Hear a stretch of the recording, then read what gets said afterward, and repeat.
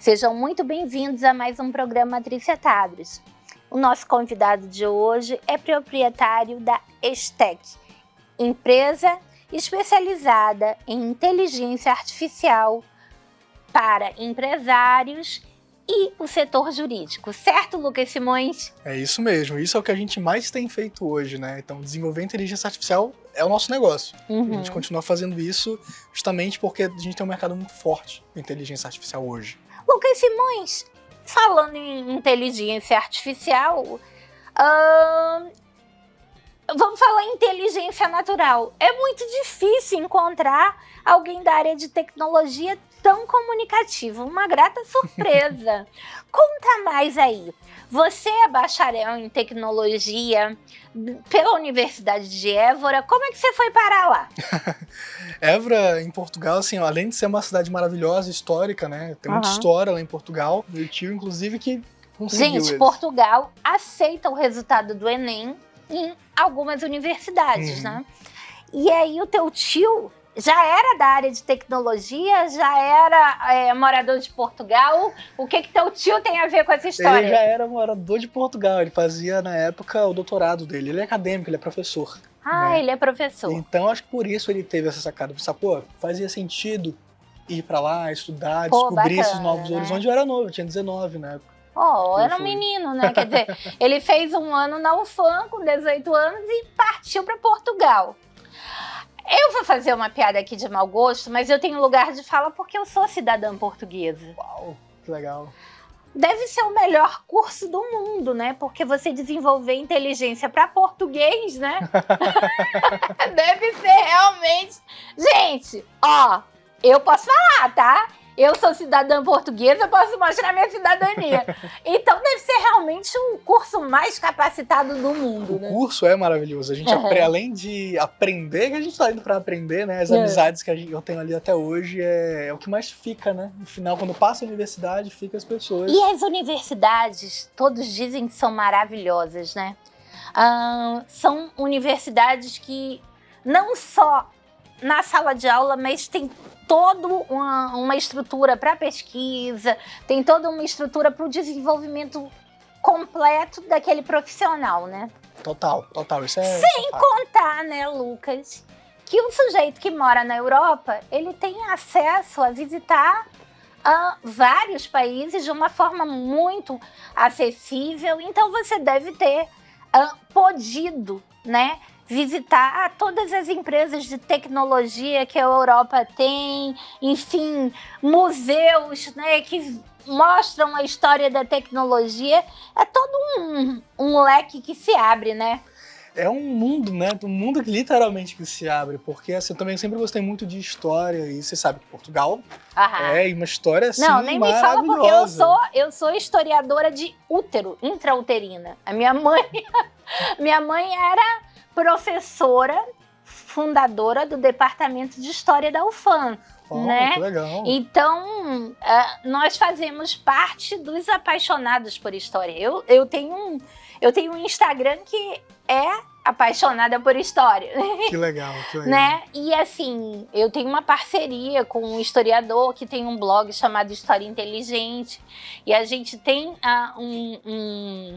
um collab todo domingo sobre história. E assim, gente, para quem ama história, a Europa, né, o velho mundo tem tudo, né? Total. Inclusive tem da história a tecnologia, né?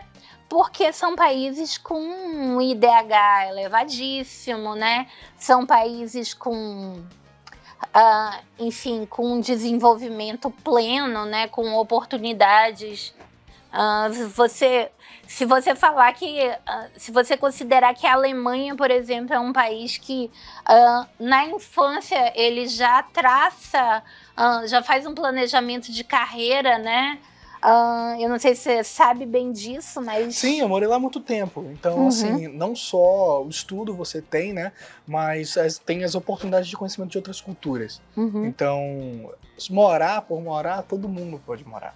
Mas você, por ser brasileiro, né, que é o meu caso, morar em outro país, o que muda é o que eu penso, né, que a pessoa que vem de fora ela tem que entrar na cultura. Então eu tinha mais amigos portugueses do que brasileiros, mas por exemplo. Existe assim, Lucas, existe 2 tipos de imigração, né? A pessoa que vai morar, estudar e ficar submersa naquela cultura.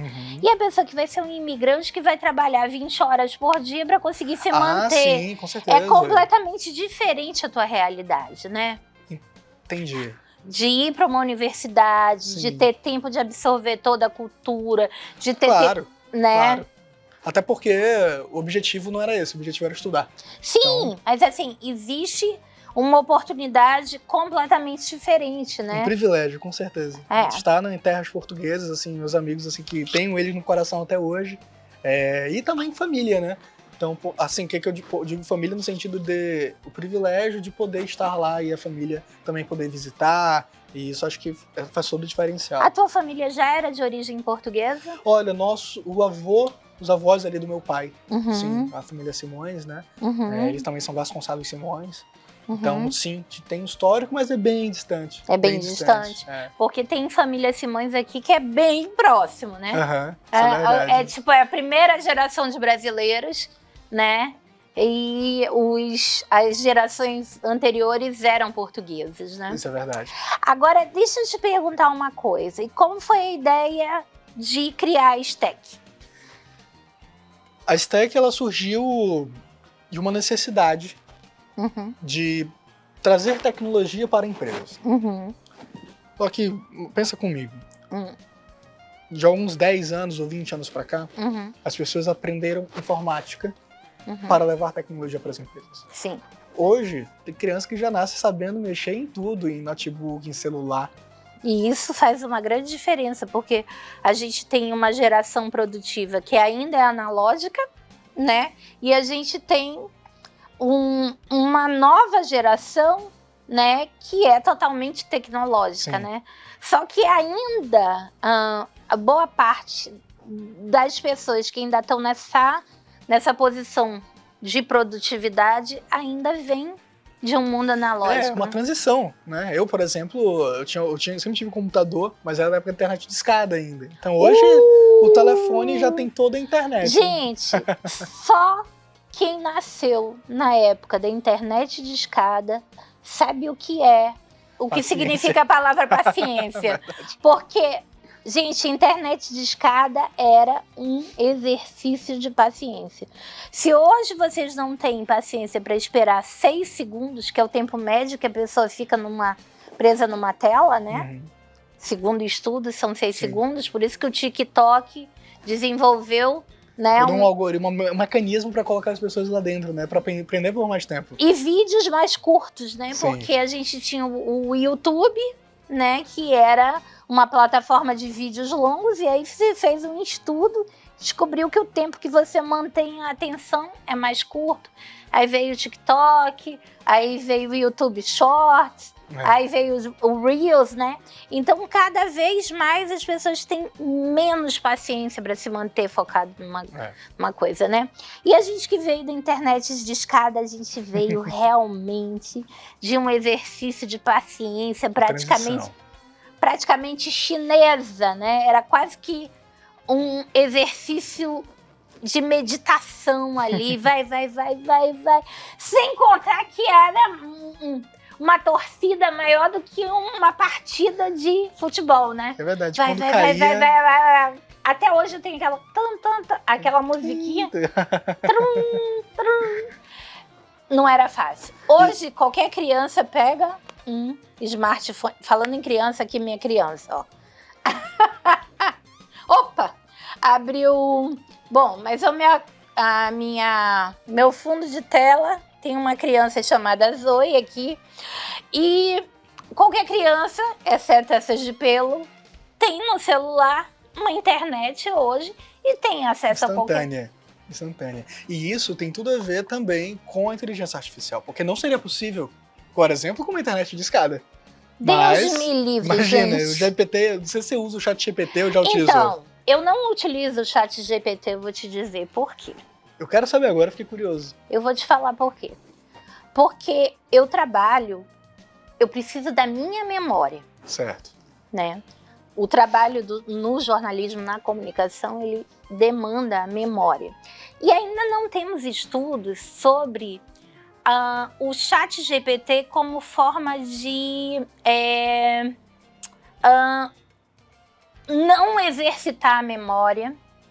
Digamos assim, a gente precisa, a partir de determinada idade, fazer as sinapses para que mantenha a memória ativa, certo? Como a gente ainda não tem estudo dizendo se o ChatGPT vai deixar o cérebro mais preguiçoso, digamos assim, eu não utilizo por conta da minha idade, né? Que eu preciso prevenir e conservar a minha memória. Pode ser um absurdo, pode ser uma bobagem, mas eu prefiro que os estudos estejam prontos aí, olha, não afeta e tal. Porque a partir de uma determinada idade, todo mundo precisa fazer exercício do cérebro, né? Da mesma maneira que as pessoas exercitam músculos, precisa exercitar o cérebro. E aí criam métodos como Supera para os idosos, né? Determinadas, a aprendizagem de uma nova língua é importante. E aí, o que acontece? Existe um certo temor nessa geração mais antiga, mais analógica, de que isso possa fazer com que o cérebro fique mais acomodado. Você, com certeza, pelo pouco que a gente conversou, você gosta de ler muito. Claro. Né? Eu penso que, da mesma forma... Mas olha, o meu marido, desculpa, já está totalmente na onda de ChatGPT. Eu imagino. Eu ia falar sobre isso, assim... É porque o pessoal do mundo jurídico já está totalmente... Está se adaptando, né? O ChatGPT é excelente, na verdade, para a sua memória. Ele pode, inclusive, ajudar você a ler mais. Muito olha mais. Só, vamos lá. Medo, né? Agora bloqueado com sucesso. Quer dizer, não tenho mais o medo de que o ChatGPT faça com que a minha memória fique preguiçosa. Eu vou te dizer o porquê. O Lucas veio resolver essa questão. Eu vou lhe dizer o porquê. O ChatGPT ele só gera texto, a princípio, certo? Então, o ChatGPT ele pode, inclusive, lhe ajudar a ler mais, a mudar, por exemplo, reescrever textos, lhe fazer entender algum texto. E por ele ser apenas de texto, ele, sensorialmente, ele consegue estimular muito mais o teu nível de aprendizado. Por isso que a gente, nesses últimos anos, a gente tem visto alguns jovens, pessoal muito mais jovem até do que eu, que está no ensino médio, ensino fundamental, começa a desenvolver alguns níveis de inteligência muito mais rápido pelo acúmulo de muita informação. Olha que bacana! Então tem esse lado que você falou, e tem um outro lado, que é um outro lado da moeda, digamos assim. É a mesma moeda, né? Tem esse lado que você comentou, realmente, ainda não existem uns estudos ali científicos. Porque o que acontece mas tem é o impacto seguinte, social de um lado.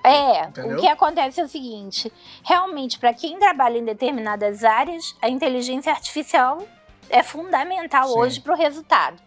Né? Mas existia em mim esse medo. A gente vai pedir um minutinho de comercial e a gente volta já conversando mais com o Lucas Simões a respeito de inteligência artificial e da sua ESTEC.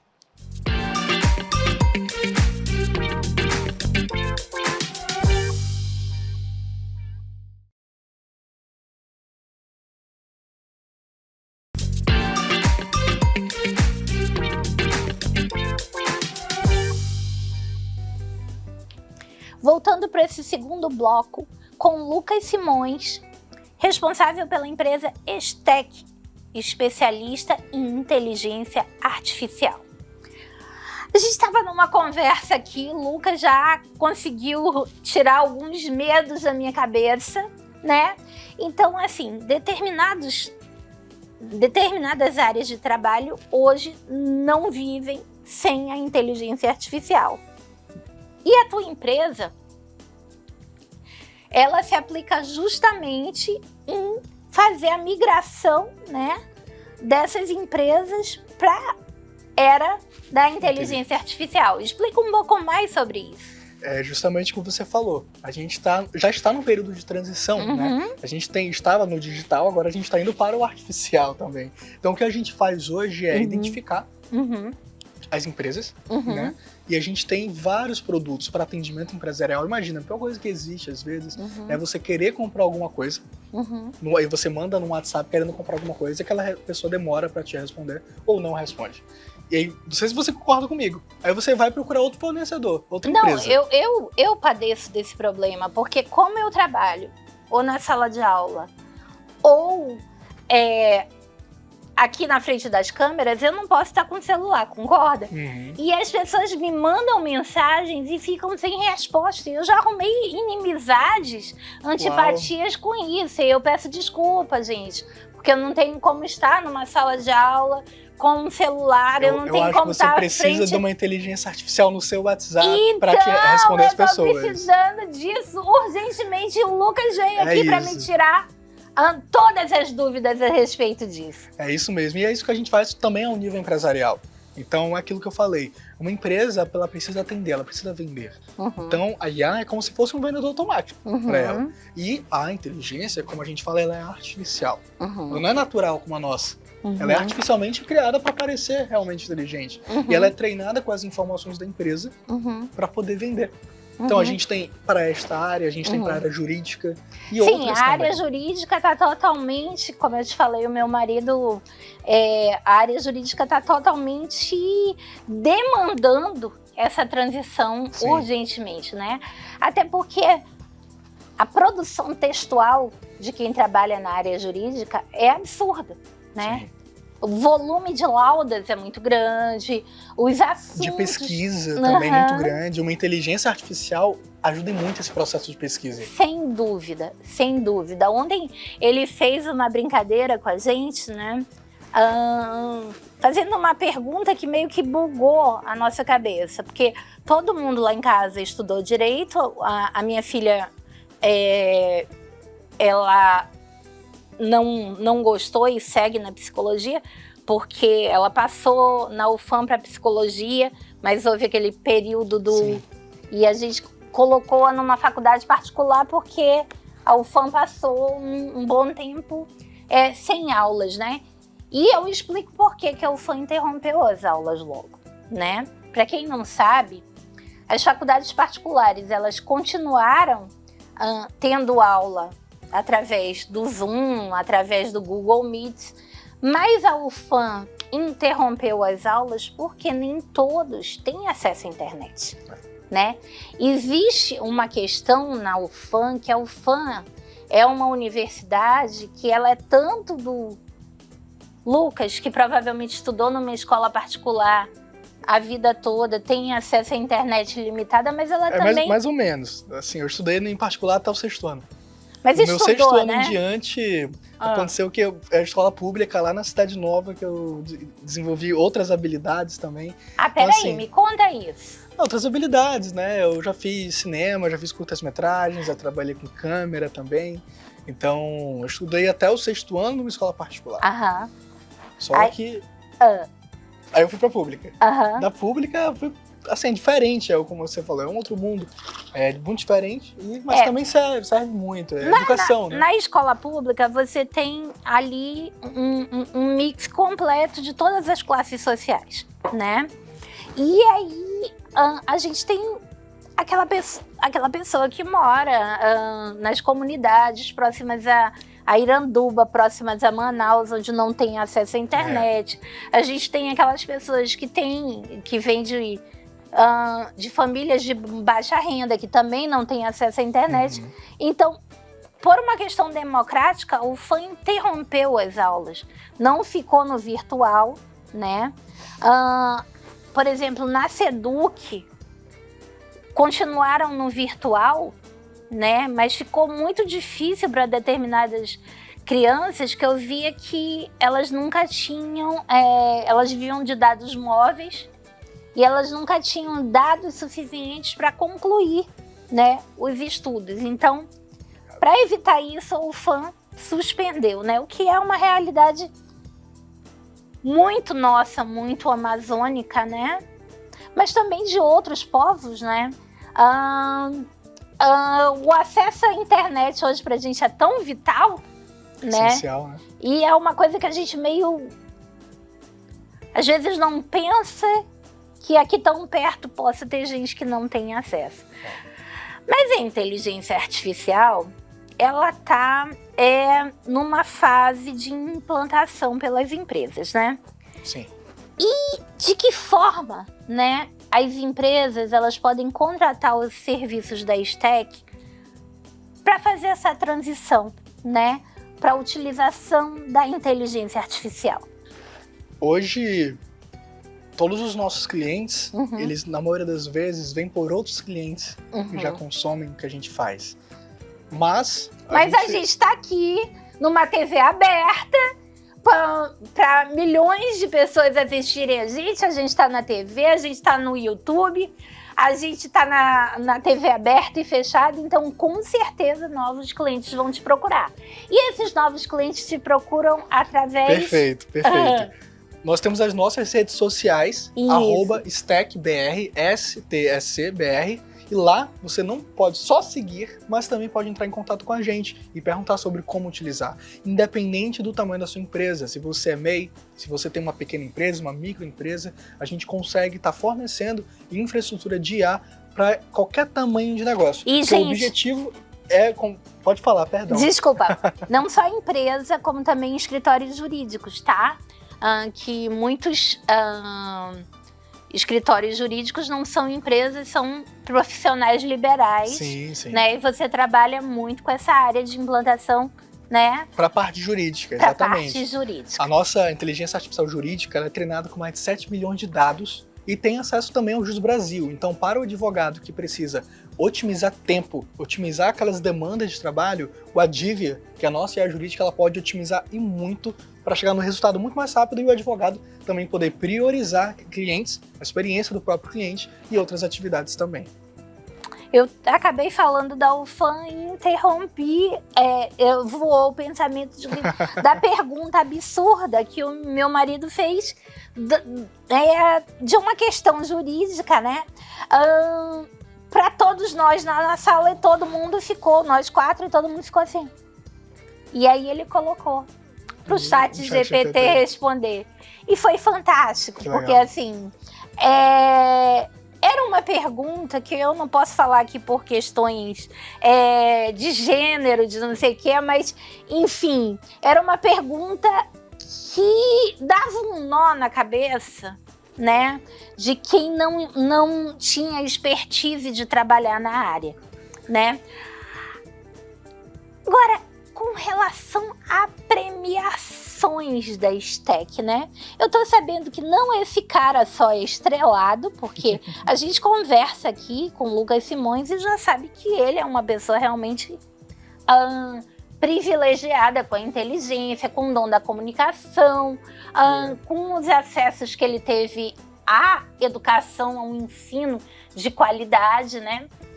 Mas a Stack também já é uma empresa indicada a premiações. Fala um pouquinho pra gente. O mérito todo também é pra equipe da Stack, né? Que faz também as coisas acontecerem. A equipe, essa galera que tá aqui? Sim, eles estão aqui, todo mundo acompanhando aqui. Olha só, eu gosto quando vem assim... Já tem mais gente, não tá todo mundo também. Não, também não tá todo mundo, mas eu gosto assim quando vem uma equipe, né, que a gente tem condições de ver como o time coisas acontecendo, né? Não, e como o time é unido, né? Como o time é coeso. E que faz toda a diferença. E faz toda a diferença, né?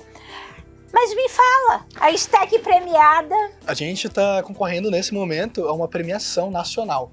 Pois que é o Startup Awards. Olha só, a Stack é uma empresa aqui amazônica. Para vocês que dizem que aqui no Amazonas só tem índio e que índio não entende de tecnologia, a gente tem aqui a Stack, uma startup amazônica de inteligência artificial concorrendo a um prêmio nacional, né? Que chama Startup Awards. Isso. Conta um pouco sobre isso. Como foi essa indicação? Qual foi o trabalho que foi indicado ou o conjunto da obra? Me explica como é que isso aconteceu. A Stack ela foi indicada como Startup Revelação. Eu não sabia, eu soube anteontem, mandaram pra mim, olha, esse tag foi indicado aqui. Olha só! Eu falei, caramba, que legal, sobre o que é o prêmio, eu não conhecia também, eu não sabia, de fato, né? E eu fiquei super feliz. O Startup Awards também mas você não conhecia o prêmio? Conhecia, por isso que eu fiquei feliz. Tá. Eu não sabia eu já tava aqui, eu já tava aqui, oba, tem alguma coisa que eu conheço e ele não. Já tava me sentindo aqui. Eu conhecia o prêmio, eu só não sabia que a gente tinha a possibilidade de estar, né? Assim, não sabia, não tinha essa expectativa. E foi muito legal, porque quando eu vi o Startup Awards, eu falei, nossa, é um prêmio, foram apenas 36 startups do Brasil inteiro. Sim. E a gente no Brasil tem milhares de startups, né? Nossa, milhares de startups e regiões muito mais povoadas e com uma cultura... Exatamente. Então, são muitas startups que a gente tem no Brasil. E a cada, acho que mês, abre muitas startups. E morrem muitas startups também. Pois é. Falando na questão de morte de startups, as startups, eu sei que não é exatamente sobre isso que a gente está falando, as startups morrem por quê? Por falta de aplicação daquela ideia ou falta de investimento? O que você atribui? Que você está totalmente imerso nesse mundo? São muitos fatores, né? Igual como quando uma empresa ela quebra, são N fatores que fazem chegar ali. Mas as startups, como elas são ali, digamos assim, uma fase embrionária... Exatamente por isso. Talvez elas demandem muito mais energia de quem está lá dentro, muito mais recursos também, necessidade maior de validar os produtos, o que está no mercado. Então isso é normal e acontece. Tem até um gráfico que explica, né, esse processo ali. É muito interessante o que já foi estudado sobre, justamente para entender por que essas coisas acontecem. Lucas Simões, eu queria agradecer demais a tua presença, mas eu acho que essa entrevista vai ser muito pouca. A gente tem muito assunto. Precisava de mais tempo, né? A gente precisa de mais tempo. A gente vai ter que marcar uma outra data. Vamos lá. Mandem as perguntas de vocês pro nosso vídeo no YouTube. Perguntem tudo sobre inteligência artificial, ChatGPT, aplicações nas empresas, nos escritórios jurídicos, o que você quiser saber sobre a Stack, sobre o Lucas, que a gente vai marcar uma outra data para responder todas essas perguntas para vocês, porque o assunto é muito grande e o tempo é muito pouco. Obrigada pela audiência e até o próximo programa.